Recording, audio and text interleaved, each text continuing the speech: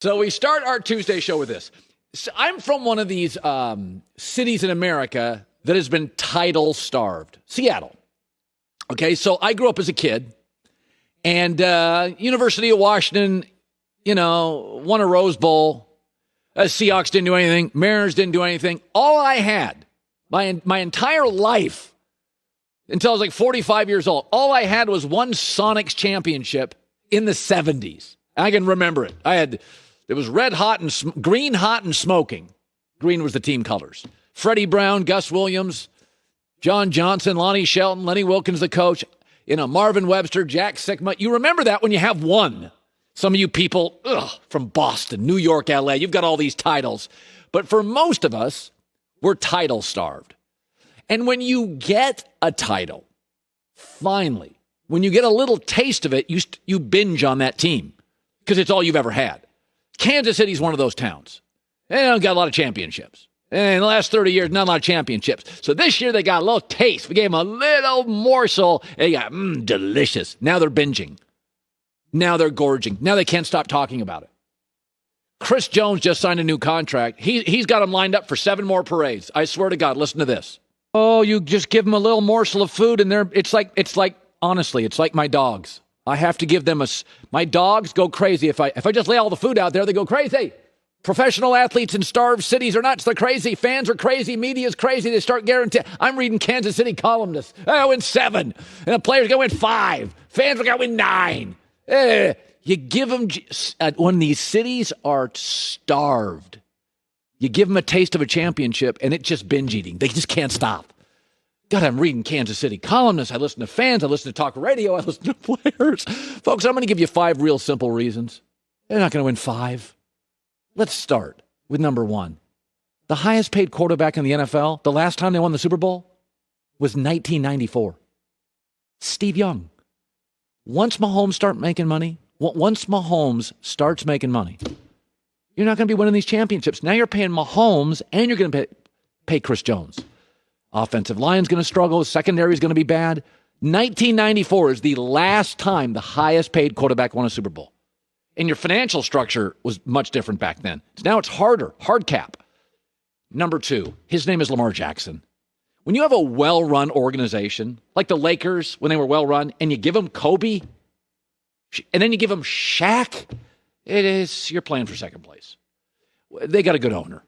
They got a great quarterback. They got a good front office. They got a great coach. Lamar Jackson's going to be a problem for everybody in the AFC for a decade. This is going to be a big problem. Number 3, I'm going to throw out a what if. What if Drew Lock is good?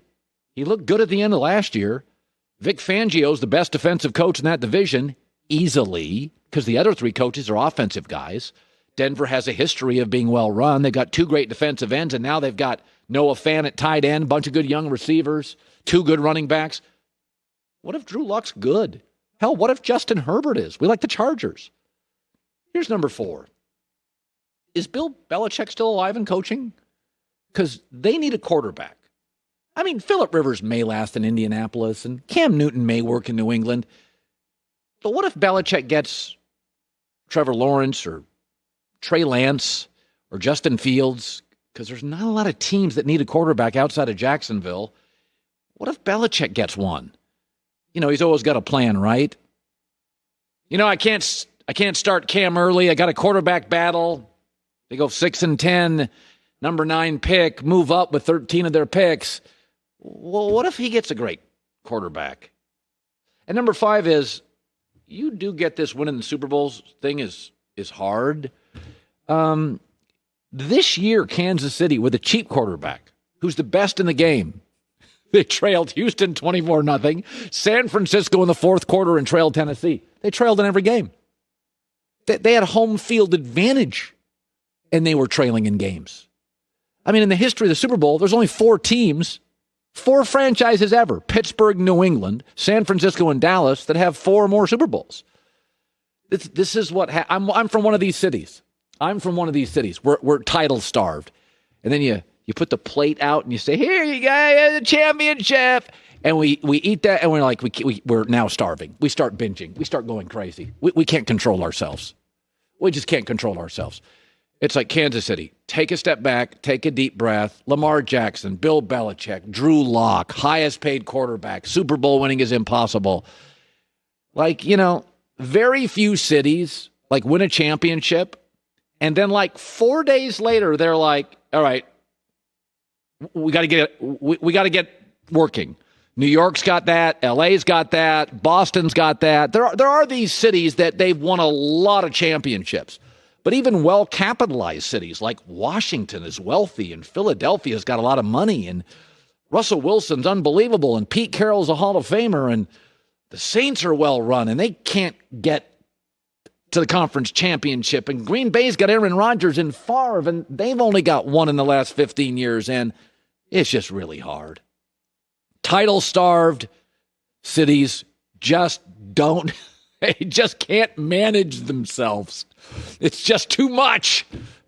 Hungry for that long, finally satiated, it gets really difficult to control yourself and your emotions and your comments. And I love Chris Jones. He came on the show. I love him. And I went in 5. It's just not happening. They're with Andy Reid, with Patrick Mahomes. They're not winning 5. If they win half of that, I'll give them 3. Thank your lucky stars. You will have been given several breaks. Somebody got hurt. Somebody got fired. Drew Lock stinks. You'll get breaks if you can get to 3. So I was thinking about this morning. Everybody could complain. I never got the best support. I mean, I just didn't. I always said Magic Johnson is the outlier in the history of sports. He inherited Kareem, and he got Pat Riley as a coach, and Jerry Buss may have been the best owner. And then they drafted James Worthy. It's like Magic got everything, and he got it first day. He didn't have to wait for much. Michael Jordan had to wait years to get Pippen and Phil Jackson. LeBron had to wait 7-8 years so he could go to Miami. It's very rare. Tom Brady was very lucky. He got Belichick. He got the right owner. He got a great defense. They had good running games. He had great coaches. That doesn't happen very often. Who has support and who doesn't? And, one of the debates on this show with quarterbacks, I'm a Russell Wilson fan. Most of America is an Aaron Rodgers fan. Now, they're both great, and they're both going to make the Hall of Fame. But there has always been this argument, and I don't even think it's disputable, that Aaron's got no support and Russell's got everything. Now, I do believe Russell's first 2 years in the NFL, between Marshawn Lynch and that defense, it allowed Russell to slowly move into a command role of the team. But Aaron Rodgers also sat for 3 years and didn't do anything his first year in the NFL in terms of wins, so he had some lead up and help too. But it's interesting what they've become. It's interesting what they've become. And Jimmy Johnson, Hall of Fame coach, joining me in 8 minutes. This morning, Pro Football Focus, they've been doing all these lists. They rank units. They rank defensive lines in the NFL. Green Bay is 5. That's what Aaron has. Seattle is 32nd. So now, Russell Wilson has not only the 28th best offensive line in the league. All of us would acknowledge it's a grease fire. Has been for years. He now has the worst defensive line. So who doesn't have support? Let me ask you, is Seattle well run? Or, like I've been saying, as Joy is my witness for over a year, Russell Wilson's just saving a bad franchise. They're not well run right now. Aaron Rodgers not only has the 5th best defensive line and the 4th best offensive line, he has a number 1 receiver, Devontae Adams, a star. He has a number 1 running back, Aaron Jones, star. He's got a new offensive-minded head coach in a league which is clearly rules and legislation are benefiting offensive guys. Who has help and who doesn't? Colin, that's not fair.